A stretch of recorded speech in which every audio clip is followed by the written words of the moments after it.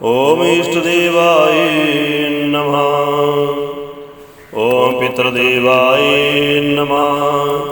ओम परमेश्वराय नमः।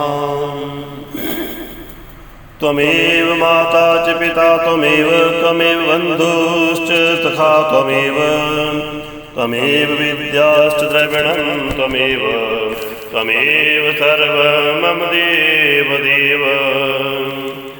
यदा यदा युद्धधर्मस्य ग्लानिर्भवति भारत अभ्युत्थानं धर्मस्य तदात्मानं सृजाम्यहम्। हरे कृष्णा कृष्णा कृष्णा हरे हरे, हरे राम राम राम हरे हरे। श्री कृष्ण गोविंद हरे मुरारे, हे नाथ नारायण वासुदेव, हे नाथ नारायण वासुदेव, हे नाथ नारायण वासुदेव।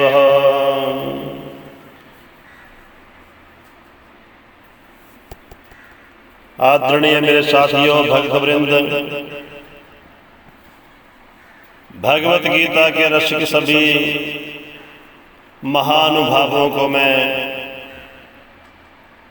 सादर नमन करते हुए भगवान के चरणारविंदों की विभूति को माथे पर धारण करते हुए परमात्मा के दिव्य स्वरूप को हृदय में विराजमान कराते हुए आइए मेरे सभी साथी भक्त वृंद, देश विदेश सर्वत्र स्थान से मेरे साथ जुड़े हुए सभी साथी अपने पूर्वजों का उद्धार करने के लिए, पितरों का कल्याण करने के लिए, पितरों को दुर्गति से निकालने के लिए गीता के इस परम रहस्य एवं तत्व ज्ञान के एवं दिव्य विभूति का दर्शन करते हुए आज गीता के 14वें अध्याय का चतुर्दश अध्याय की हम कथा का अवलोकन करते हैं, श्रवण करते हैं। मेरे साथियों, ये परमात्मा की कृपा है कि हम परमात्मा के सिर चरण कमलों का ध्यान करते हुए अपने मानुष तन को कृतार्थ करते हुए चतुर्दश अध्याय के आगे बढ़ रहे हैं। देखिए भगवान अर्जुन को क्या संदेश देते हैं, परमात्मा का क्या दिव्य ज्ञान अर्जुन को दिया जा रहा है। आज 14वें दिन के अध्याय में भगवान कहते हैं, सारांश में कि हे अर्जुन सब कामना करे जीव का नाश, जिनको निशिवासर रहे धन लेने की आस, जोड़ जोड़ कर लक्ष्मी धरे तिजोरी जीव, वह तामस नर जानिए वही जगत में नीच। ऐसा कर संसार में यश वंचक नहीं पाए, जब त्यागे इस देह को तुरंत नरक में जाए। इस कारण सब कामना करो मित्र वर दूर, भाव सदा निष्काम हो कर लो मुझसे प्रेम। भगवान ने कहा कि अर्जुन, संसार की जो कामना, संसार की जो इच्छा, स्वार्थ के सब साथी हैं, मतलब के सब साथी हैं, परमार्थ का साथी संसार में कोई नहीं। एवं गीता के 14वें अध्याय के महात्म्य में भगवान महादेव जी भगवती माँ पार्वती को उस रहस्य को सुना रहे हैं कि हे देवी पार्वती, इस रहस्य के श्रवण मात्र से मनुष्यों का तो उद्धार होता ही है। जो अज्ञानी है, मूढ़ है, कर्म बंधनों से निवृत्त हैं, ऐसे चतुष्पादों का, जानवर, इन नीच योनियों में जन्मे हुए जीवों का भी उद्धार हो जाता है। और वो भी सिर्फ और सिर्फ संपर्क मात्र से, संसर्ग मात्र से। तो साथियों, क्या कहा भगवान ने? भगवती माँ पार्वती को ध्यान से सुने। भगवान देवादेव महादेव कहते हैं कि हे देवी, अब मैं भवबंधन को छुटकारा पाने वाले साधन भूत 14वें अध्याय का महात्म्य मैं तुम्हें बतलाता हूं, तुम ध्यान दे करके सुनो। सिंहदलीपुर नगर में विक्रम बेताल नामक एक राजा थे।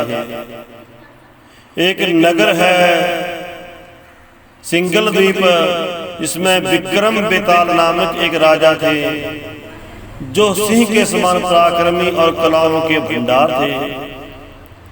एक दिन राजा का शिकार खेलने के लिए, शिकार खेलने की इच्छा को लेकर के, शिकार करने की इच्छा को लेकर के उत्सुक होकर के राजकुमारों सहित एवं अपने दो कुतियों के साथ वो वन में शिकार खेलने के लिए निकले हैं।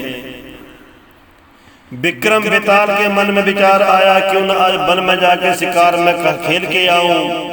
अपने साथियों को लिया, अनुचरों को लिया, अपने राजकुमारों को लिया और साथ में अपने 2 कुत्तों को भी साथ में ले लिया। भगवत प्रेमियों, मेरे साथियों, देखिए इस इतिहास में हमारे गीता का ये रहस्य, गीता का ये ज्ञान, गीता का ये महात्म्य है। राजा बन को गए, वहां पहुंचने पर उन्होंने तीव्र गति से भागते हुए एक खरगोश के पीछे अपने कुतियों को छोड़ दिया। शिकार खेलने के लिए गए हुए थे, एक खरगोश दिखा। खरगोश अपनी जान बचाने के लिए, प्राण को रक्षा करने के लिए जंगल में तेज गति से भागने लगा और राजा का घोड़ा उस खरगोश का पीछा नहीं कर पाए। इसलिए उस भयंकर कंटीले वन में राजा ने अपने कुत्तों को उस खरगोश को पकड़ने के लिए छोड़ दिया। प्रभु प्रेमियों, मेरे साथियों, आगे आगे खरगोश भागे, पीछे पीछे राजा के खूंखार कुत्ते भागते भागते विकराल भयंकर वन में अपने प्राणों की रक्षा करते हुए खरगोश आगे आगे भागने लगा। बहुत थक गया, श्वास लेने में उसे दिक्कत होने लगी। थक जाने के कारण एक बहुत बड़े गहरे खड्डे में जाकर के वो खरगोश जा गिरा। गिरने पर जैसे ही कुतियां वहां पर आई, वो कुतियां भी वहां पहुंची और कुतियां भी उसी खड्डे में, उसी गहरे स्थान पर जा गिरी। मेरे साथियों, जिस स्थान के ऊपर वन में वहां पहुंचे, वह स्थान का एक दिव्य, संचित्र वर्णन देखने के योग्य था। गिरे, पहले खरगोश गिरा। खरगोश गिरते ही शांत होकर के धैर्य को धारण करके विश्राम करने लगा। हाँफते और मारने को उद्युक्त हुए, अपने दांतों को चिढ़ाते हुए कुत्तों ने जैसे ही खरगोश के पास पहुंचे, वो भी निर्भय और शांत होकर के रुक गए। मेरे साथियों, भगवत प्रेमियों, उस स्थान के ऊपर आते ही वहां का वातावरण शांतमय था, दिव्य अलंकारों से अलंकृत था। वहां पर हिरण और निर्भय होकर के वृक्षों की छाया में बैठे थे। बंदर भी अपने आप को टूट करके गिरे हुए नारियल के फलों इत्यादि का पान करने के बाद तृप्त होकर के आराम मुद्रा में विराजमान थे। वहां सिंह और हाथी के बच्चे एक साथ खेलते हुए दिखे। सांप भी निडर होकर के मोर के पंखों पर घूमते हुए दिखे। ऐसे उस स्थान पर एक आश्रम के भीतर एक महात्मा, एक संत, एक ब्राह्मण, वत्स नामक एक मुनि, एक महात्मा रहा करते थे। मेरे साथियों, आश्रम बना था वन के बीच में और आश्रम के अंदर थे हमारे महामुनि ही ब्राह्मण देवता वत्स महात्मा वत्स जी, जो जितेंद्रिय थे, शांत भाव से निरंतर गीता के 14वें अध्याय का निरंतर जाप किया करते थे। आश्रम के पास ही वत्स मुनि ने किसी शिष्य के ने अपने पैर धोए। क्योंकि एक नियम है, हम किसी के घर में प्रवेश करें, पूजा में प्रवेश करें, किसी स्थान में प्रवेश करें, हम अपने हाथ पैर धो करके प्रवेश करते हैं। मेरे साथियों, पहले तो वो प्राणी उस स्थान के ऊपर गिर गया, खरगोश वहां गिर गया, कुत्ते भी वहां पर आकर के गिरे, लेकिन अपने आप को संभाल करके उस स्थान से निकल करके एक दूसरे स्थान पर, ठंडे स्थान पर बैठ करके ऐसे स्थान पर जा पहुंचे जहां की जमीन भूमि अभी गीली थी। अंदर महात्मा जी जाप कर रहे थे, गीता के 14वें अध्याय का पाठ कर रहे थे, और उधर बाहर उनके एक शिष्य गुरु से मिलने के लिए आए। उन्होंने आश्रम के भीतर ही उस वन के सानिध्य में अपने पैरों को धोया, चरण पादुका उतारी, चरणों को धोया और नग्न पांव से महात्मा के चरणों में प्रणाम करने के लिए आगे बढ़े। लेकिन जैसे ही चरण धो करके आगे क्यों बढ़े, वहां की धरा, वहां की जमीन गीली हो गई, और उस स्थान को गीली होने के कारण उस स्थान पर विचरते हुए खरगोश वहां पहुंचा। जैसे ही खरगोश ने उस भूमि का स्पर्श किया, उस भूमि का, गीली भूमि का स्पर्श किया, मेरे साथियों, भगवत प्रेमियों, उस गीली भूमि का स्पर्श करते ही उसके प्राण पंखेरु निकल गए। उस खरगोश ने अपने इस स्वरूप को छोड़ करके ही अपने दिव्य स्वरूप को धारण करते हुए बैकुंठ विमान में बैठ, विमान में विराजमान होकर के बैकुंठ को जाने लगे। मेरे साथियों, उस स्थान पर गिरे हुए खरगोश को देखकर कुतियां भी वहां पहुंच गई, लेकिन जैसे ही कुतियों ने उस खरगोश को स्पर्श किया, उस भूमि का स्पर्श किया, उस भूमि के कुछ कण उन कुत्तों को स्पर्श हुए। स्पर्श करते हुए ही उनका बैर भाव भी खत्म हो गया, और उन कुत्तों ने भी अपने कुत्तों की योनि से, कुत्ते के शरीर से निवृत्त होकर के वो भी बैकुंठ को, विमान में बैठ करके सत्य लोक को, बैकुंठ लोक को जाने लगे। मेरे साथियों, भगवत प्रेमियों, खरगोश ने स्वरूप त्यागा, कुतिया ने अपना रूप त्यागा, और दिव्यांगना होकर के रमणीय रूप धारण को करते हुए गंधर्वों से शोभित दिव्य विमान पर आरूढ़ होकर के स्वर्ग लोक को चले गए। भगवत प्रेमियों, यह देख करके मुनि के मेधावी शिष्या गीता के 14वें अध्याय का पाठ करते करते मुस्कुराते हुए हंसने लगे कि इन दोनों ने पूर्व जन्म के बैर के कारण ही सोच करके इन्हें बड़ा विस्मय हुआ। गुरु के शिष्य मुस्कुराने लगे कि देखिए, पूर्व जन्म में भी इनका बैर था और इस जन्म में भी इनका बैर हुआ। पूर्व जन्म में वो खरगोश कौन था, पूर्व जन्म में कुतिया कौन थी, इसके रहस्य को देख करके वो राजा महाराज का शिष्य, संत का शिष्य मुस्कुराने लगा। मेरे साथियों, पूर्व जन्म के इतिहास को जान करके विस्मित होते मुस्कुराने लगा। क्या रहस्य था? उधर देखते ही देखते राजा भी अपने कुतियों का पीछा करते हुए घोड़े पर सवार होकर के उसी स्थान पर आ पहुंचे। मेरे साथियों, भगवत प्रेमियों, गीता के रसिकों, राजा भी संध्या में आ पहुंचा। उनका घोड़े पर सवार था, राजकुमार भी साथ में थे। लेकिन देखते ही देखते राजा के वो दोनों कुतियां विमान में बैठ करके स्वर्ग को जाने लगे। राजा ने इस दिव्य रहस्य को कहते हुए कहते, महाराज, हे विप्रवर, इन नीच योनियों में पड़े हुए इन प्राणियों का किस प्रकार कल्याण हो गया, इनकी गति कैसे हो गई, इन्हें सदगति कैसे हो गई, इस स्वर्ग को कैसे चले गए, इसका रहस्य आप सुनाइए। तो देखिए, ब्राह्मण देवता, ब्राह्मण के मुख से क्या निकल रहा है भगवान सुना रहे हैं। ब्राह्मण देव ने कहा कि भूपाल, हे राजन, इस वन में वत्स नामक ब्राह्मण संत रहा करते हैं, जो कि बहुत ही बड़े जितेंद्रिय है। उन्होंने अपने इंद्रियों पर विजय पा ली है, इंद्रियों का उन्होंने साक्षात्कार कर लिया है, और गीता के 14वें अध्याय का सदा नित्य निरंतर वो जाप किया करते हैं। मैंने भी ब्रह्म विद्या गुरु का आशीर्वाद लेकर के इस विशेषता को प्राप्त कर लिया है। गुरु जी की भांति मैं भी गीता के 14वें अध्याय का नित्य निरंतर जाप करता हूँ। हे राजन, मैं गुरु से मिलने के लिए आ रहा था और अपने चरणों को धो करके, अपने पांव को धो करके गुरु के आश्रम में प्रवेश करने को आगे बढ़ा। पीछे से वो कुतिया और एक खरगोश उस गीली भूमि का स्पर्श करने मात्र से ही बैकुंठ को चले गए। लेकिन अब मैं हंसने का कारण तुम्हें बताता हूं कि पूर्व जन्म में इनका बैर क्या था। महाराष्ट्र के पृथ्व्युदक नाम का नगर है, वहां केशव भगवान का नाम के एक ब्राह्मण रहा करते थे।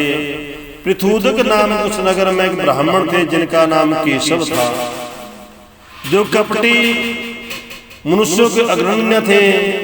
उनकी स्त्री का नाम विलोभना था। वह स्वच्छंद विहार करने वाली थी। दोनों के आपस में विचार नहीं मिलते थे।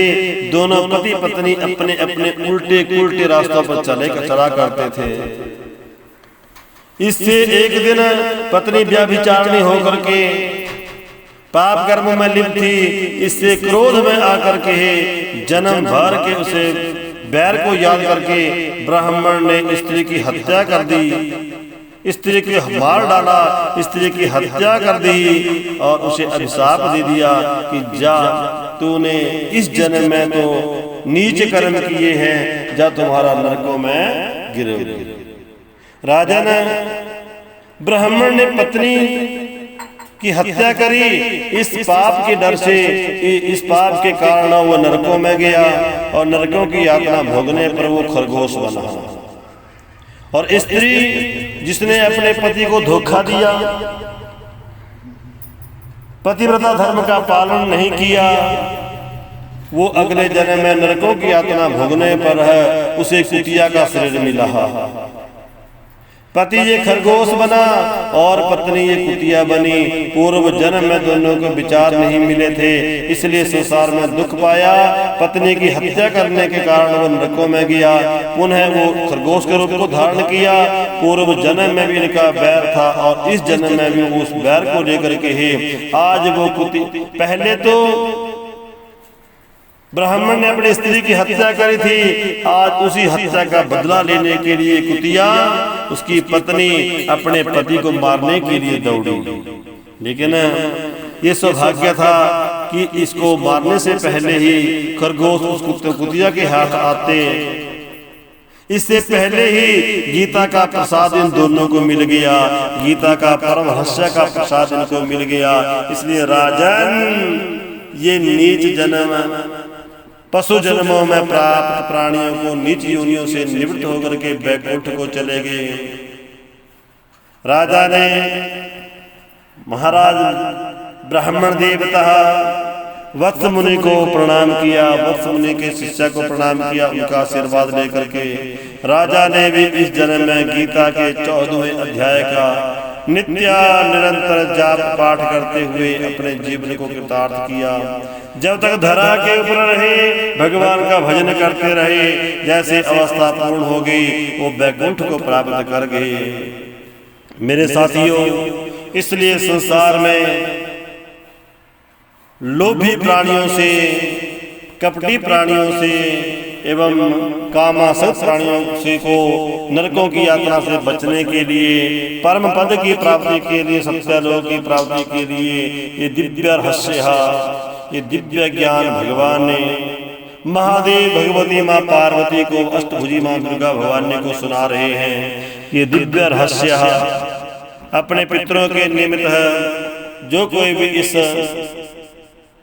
प्रसंग का श्रवण मात्र से ही प्राणियों की सदगति हो जाती है। गीता का ये महात्म्य परम गति को, परम मुक्ति को देने वाला है। इस जन्म का उद्धार करने वाला है और परलोक में हरि का निवास प्राप्त देने वाला है। ऐसे माधव भगवान को हम बारंबार प्रणाम करते हैं। मेरे साथियों, भगवत प्रेमियों, मेरा यही भाव, मेरा छोटा सा प्रयत्न, हम सनातन से जुड़े हैं और सनातन के पथ पर चलते हुए अपने संपूर्ण हमारे पूर्वजों को, दिवंगत प्राणियों को सदगति मिले, इसी भाव को रखते हुए गीता के महात्म्य को आगे बढ़ा रहे हैं। साथियों, जुड़े हैं आप मेरे साथ और जुड़े रहिए मेरे साथ। इसी के साथ सभी मेरे साथियों को राधे राधे, राधे श्याम।